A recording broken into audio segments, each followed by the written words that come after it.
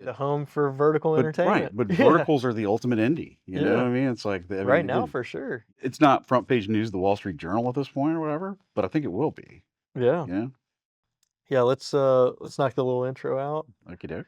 I'm Patrick Mulhern. I am the CEO of Irrevocable Designee LLC, which is a company that helps with film finance. And so, I guess in general, though, I am a production and development finance consultant. Yeah. Does that make sense? That totally makes sense in long history in film and entertainment, Yes. working for the state, working for the private sector, worked for Celtic at one point in You know time. what's really sad? I figured something out the other day. I worked in film and television for 25 years in Wow. Louisiana. 25, I mean, of course, some of that was local, right? Right. But 25 years. I mean, went to work for the state film office in 2006, right? Wow. So I'm coming up on kind of the 20-year anniversary of being involved with these incentives and all this stuff. So Yeah, anyway, that's wild to think about. Yeah, and when you so start adding it up. well, what's funny because I have a client, Madison, who's doing Ada in the Dock. Right. And she was born in 2001. I'm like, wow, I've been working in this industry since before you were born. Yeah. Yeah, that's one that throws me for a loop too. I remember going like, "Oh, people born in the year 2000 can drink now," and going like, Oh "That God. makes me feel old." They can rent a car now because if you're 25, and they Yeah. make you wait till 25 to rent a car. Right. Yeah. So Yeah. ridiculous. But Yeah. That's. I'm sure there's some case that somebody cites, and that's the reason why they have to do that well, they kind of think their stuff. brains aren't developed enough until. Right. Yeah. You can go to war, have a kid, but can't rent a car. Yeah, right. Yeah. Kind of sad. Wild. But yeah. So getting you on today to talk about the micro series, micro drama. Like, what are you calling them right now? I try to be like the kids and call them verticals, There you go. because Verticals. Yeah. again, it's all about the vertical in the sense that you're looking at it on your phone and you're swiping up, I guess. Right. Yeah. Yeah. So, Well, and a lot of them are being shot vertical format too. They're not even being shot wide and then cropped. They're just being yeah. shot vertically. I was looking at a bunch of the production videos and seeing how these guys are executing it, and it's much more like the content creator style versus like the Right. Hollywood style Yeah. on the stuff. So it's interesting. But what piqued your interest on it? What got you hooked?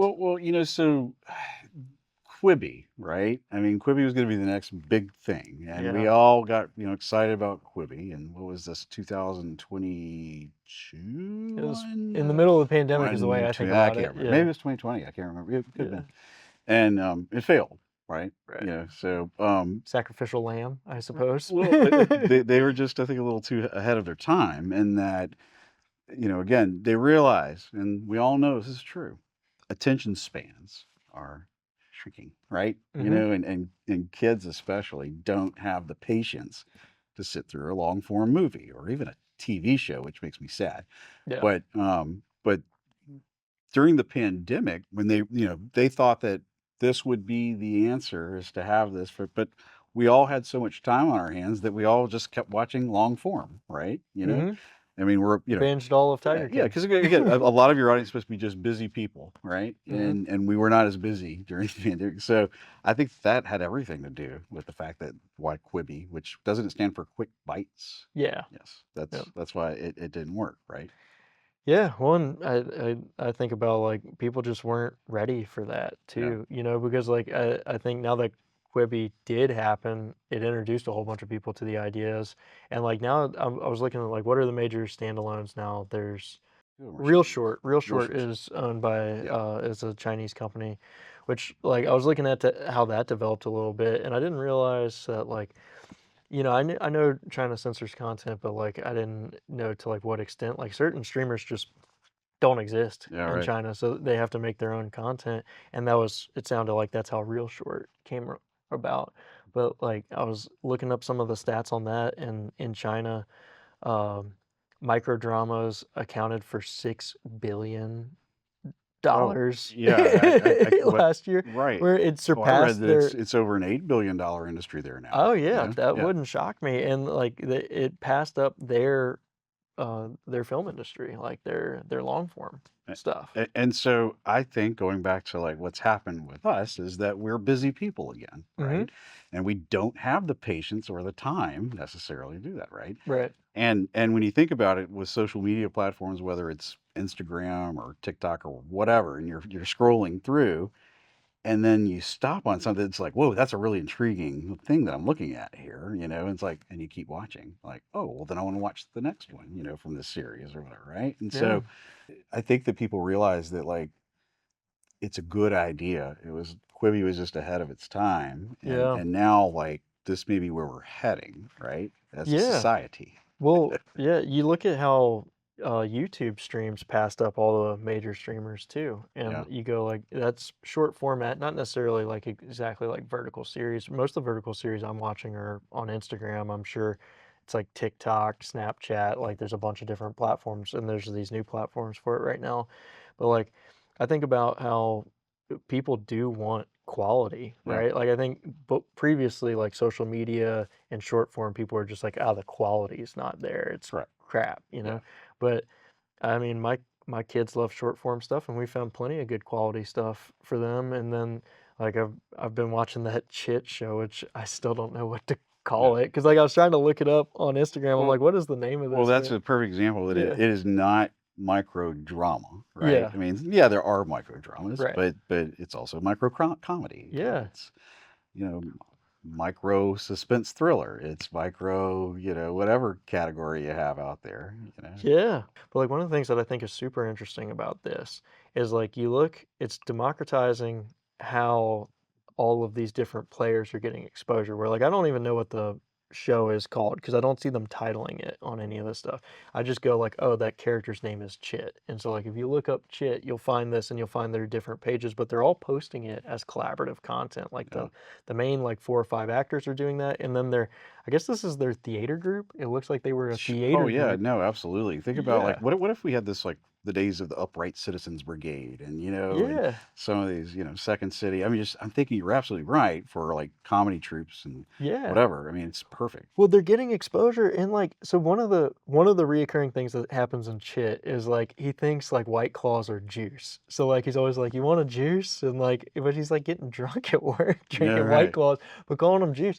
And then I'm like, they're probably getting a deal with White Claw on that. Like, I think the Oh, branded deal opportunities are that's just amazing. Yeah, huge. absolutely. It's the Yeah. it's the perfect vehicles for brands, Yeah. I mean, product placement, you name it. Totally. I mean, Well, we could do ads before, you could do ads after, you could do ads in during, it, you could, yeah. I think that, like, the brand woven in there is, like, the best because like, that's a story point on the Chit Show is, like, he calls it juice, but it, like, comes up in all these weird ways, and you see he's drinking a White Claw is what it yeah, is. But, like, that's, like, that's getting tons of exposure, and you go, "These guys are used to spending, like, millions and millions of dollars every year yeah. on PR and marketing and all this stuff." I just read about a show, and again, 100,000, Yeah. right, to do the entire, season, Yeah. and it sold for 1 million. I mean, Yeah. think about the ROI on that. Well, that makes you think of like I don't know if they're ever really truly golden days of indie, but like that's like the indie hits that you hear about. It's like we made it for, Mhm. this small price and then it sold for 10x, and that's every tech investor's dream too. Well, But I think, as you and I have discussed ad nauseum, that yeah, Baton Rouge is the birthplace of modern independent film, right. thanks to Steven Soderbergh in 1989, right? And we're trying to go back to that because Yeah, I don't think we have a choice. But yeah, also, I mean, again, like the Baton Rouge Underground Film Festival, yeah, it could be a big part of it. But my yeah. point is That this: could is be that, the home for vertical but right, entertainment. but Yeah, verticals are the ultimate indie. You know what yeah. I mean? It's like, I mean, Right now again, for sure. yeah, Yeah, right. I mean, you can do this. You don't have to have $1 million. yeah, You don't have to have 100,000 really. But yeah. if you do, there's Well, tax credits and. totally. Well, and like I was talking to that show. I sent you the pitch deck for it, but your boy Nancy, that animated Well, series, oh my like God, that was so good. totally irreverent, Family Guy, South Park kind of influenced show. But like I'm talking to the creator of that, and they have real deal filmmakers involved with making that, Yeah. and they're trying to raise funding for it right now, and they're considering going vertical first. and looking at that as like, how much do we actually have to raise to like show a minimal viable product in that situation? Yeah. Because they also have the tie-in with like they did NFTs and like they got started in like the crypto Oh yeah. world, and that was kind of like the birth of it. And now they're looking at the opportunity of like they might not actually have to go out and fundraise to make their show, and then they might be profitable before they even get like a streamer or a studio associated with it, or they might never need a studio or a streamer. Well, again, we all have friends, clients that have features that have been sitting on the shelf forever. They have Yeah, these great scripts, yeah. or maybe you have an Well, idea for a series or whatever, right? yeah, They've got the pilot and yeah, whatever, but the problem is just like finding financing right now. yeah, It means finding distribution, right? yeah, And of course, you can self-distribute these days, but right, when it comes to taking something that, maybe it's an hour and a half worth of content and dividing that up into 5 to 10 minute episodes, right? yeah, You may have something on your hands that you didn't realize you had. You may have a hit micro drama series, right, right? Or comedy or whatever. yeah. Well, and I think filmmakers do need to be flexible and like strongly consider this stuff. I watched a video essay basically on Supernatural because I think it's like the 20-year anniversary of Supernatural, Yeah. and they were talking about how Kripke, the creator, originally wrote it as a feature, and then when he saw that, I'm trying to think of what the show was that they cited that kind of like kicked off like the TV fantasy adventure stuff Yeah. before Supernatural, but they saw that hit, and then he was like, okay, retool it for you know daytime TV for like episodic for Yeah. WB and the CW, and he retooled it, and that's what ultimately like got it off the ground was just reformatting it, and he had to change it a lot along the way to like cater to what the audience was looking for at the time. But that's ultimately like why it got off the ground is because he's willing to be flexible. Yeah. And he's stuck. The core of the story has always been there of that they're investigating this folklore and supernatural elements and urban legends. I guess is like what it really boiled Yeah. down Yeah. to. Right. Right. But so he didn't lose the essence of what the story was supposed to be, but it changed a lot before it got off the ground. Yeah. Yeah. Well, it's practical for Yeah. Louisiana and Baton Rouge. I mean, look, we have a $125 million annual tax rate program, Yeah. right?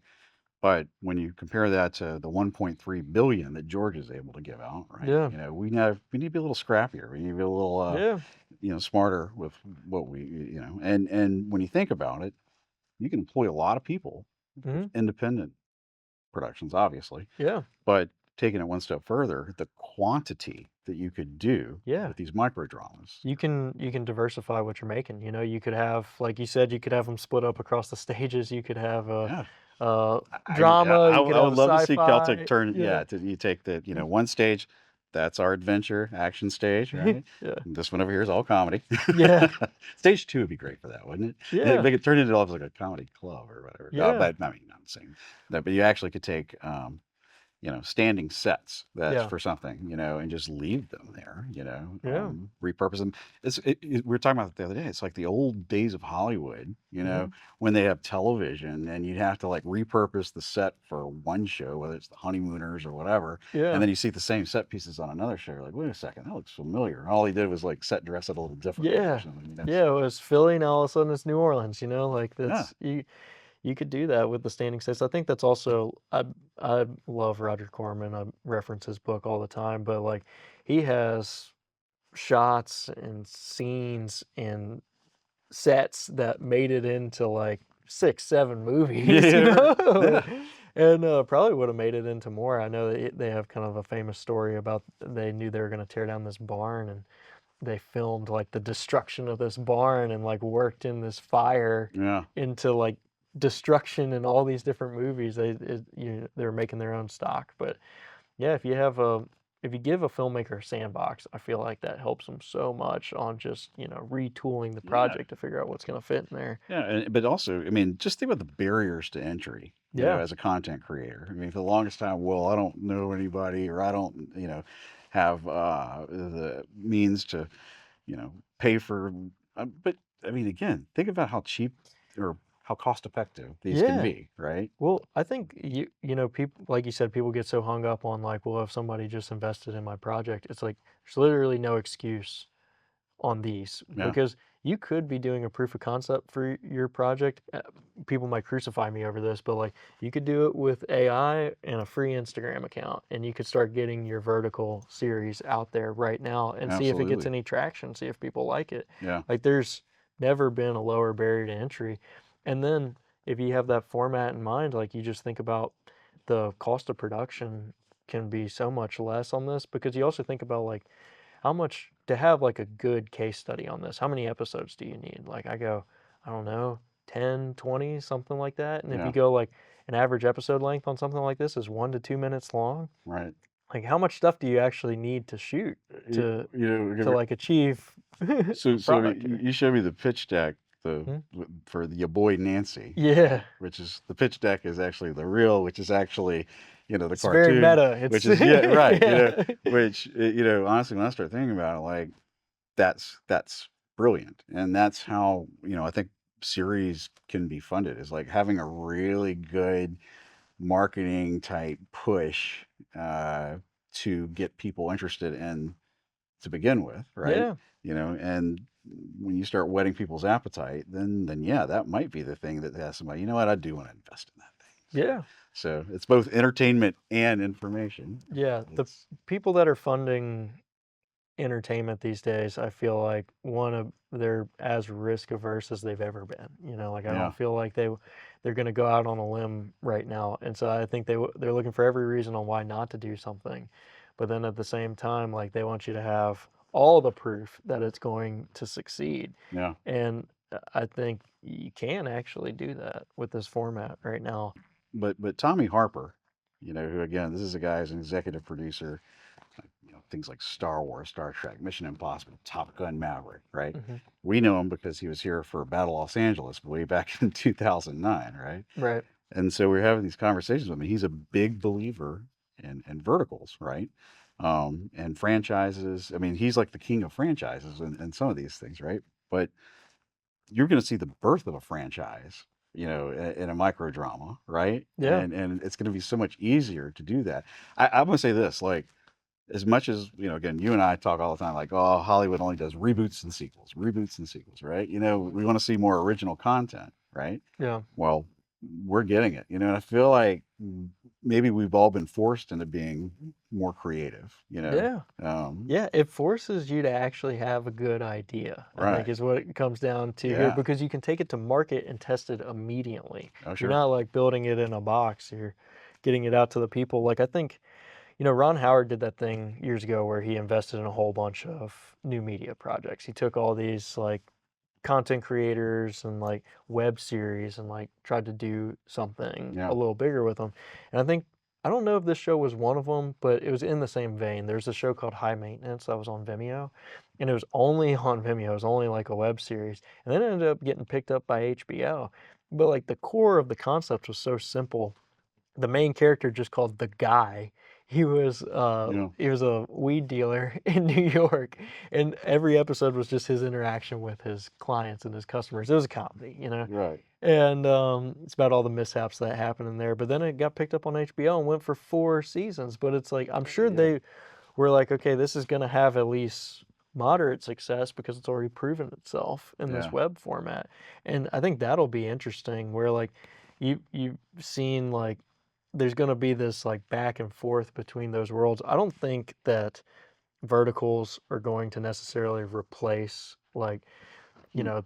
the big streamers and the theatrical experience. I think it's going to be an alternative to things like um, reality TV and Yeah. like soap operas and stuff like that. I think it's you want like a good quick hit of Yeah. something and Well, it's it's evolution, yeah, right? yeah. It's like the dinosaurs, I mean, like the ice age. It's hit, those Mhm. those little furry mammals with the warm blood. They were able to survive, right? So those little mice and whatever. Like, Yeah. so if you're looking at like you go, oh, that's cute, little vertical. Those little Mhm. verticals are going to be again running Hollywood, I think, Y before it's over with, you know? yeah, they're Um, surviving, they're like you survive said. they can survive, right. Yeah, well, talk to all my Hollywood friends right now, and everybody's still like, "Yeah, just surviving." And then you talk to like the folks in the content creator, the creator economy, and those guys are like, "Hey, it's never been better," you Yeah. know? Like, and that's just an interesting Well, there's I juxtaposition. mean, you'll Yeah. still have a few big lumbering dinosaurs, the big whales out there. They'll survive, right? Yeah. The big franchises, whether it's Marvel or whatever.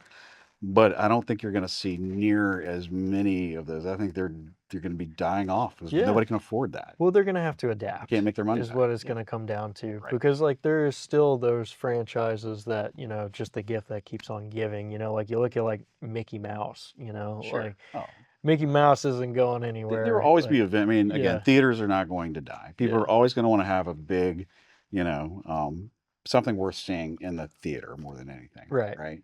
But Um, are verticals a threat to streamers?